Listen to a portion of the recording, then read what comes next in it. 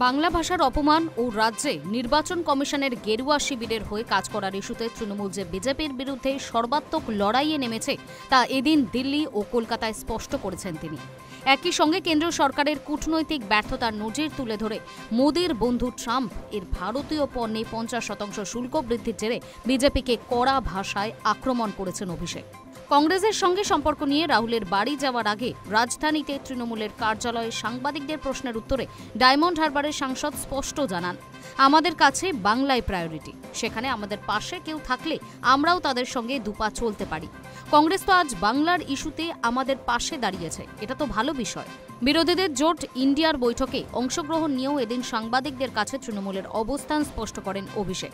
বলেন, আমরা তো ইন্ডিয়া জোটের বৈঠকে কোনো দিন না যাওয়া করিনি, মমতাদি নিজে গিয়েছেন। 2025 সালের সংসদীয় নির্বাচনে ইন্ডিয়া জোটের শরিকদের সঙ্গে তৃণমূলের আসন রফা না হওয়া নিয়েও এদিন দলের তরফে ব্যাখ্যা দিয়েছেন লোকসভার নেতা।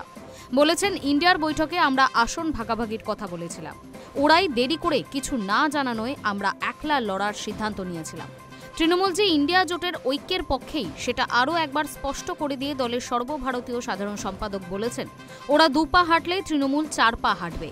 ওই বৈঠকে যেভাবে রাহুল গান্ধী এবং সোনিয়া গান্ধী অভিষেক এবং ডেরেক ওব্রায়েনকে অভ্যর্থনা জানিয়েছেন সেটাও তাৎপর্যপূর্ণ। অভিষেক ছাড়াও ইন্ডিয়া জোটের ওই বৈঠকে অখিলেশ যাদব, উদ্ধব ঠাকরে, শরদ পাওয়ার, মেহবুবা মুফতি, ফারুক আবদুল্লাহ, এ বেবি, কমল হাসান সহ জোটের অন্যান্য নেতারাও ছিলেন। ওই বৈঠকে কংগ্রেস নেতৃত্ব বিহারের এসআইআর, মোদির বিদেশ নীতির ব্যর্থতা এবং নির্বাচন কমিশনের ভোট চুরি নিয়ে নরেন্দ্র মোদীকে কোণঠাসা করার ক্ষেত্রে শরিকদের সহযোগিতা চেয়েছেন।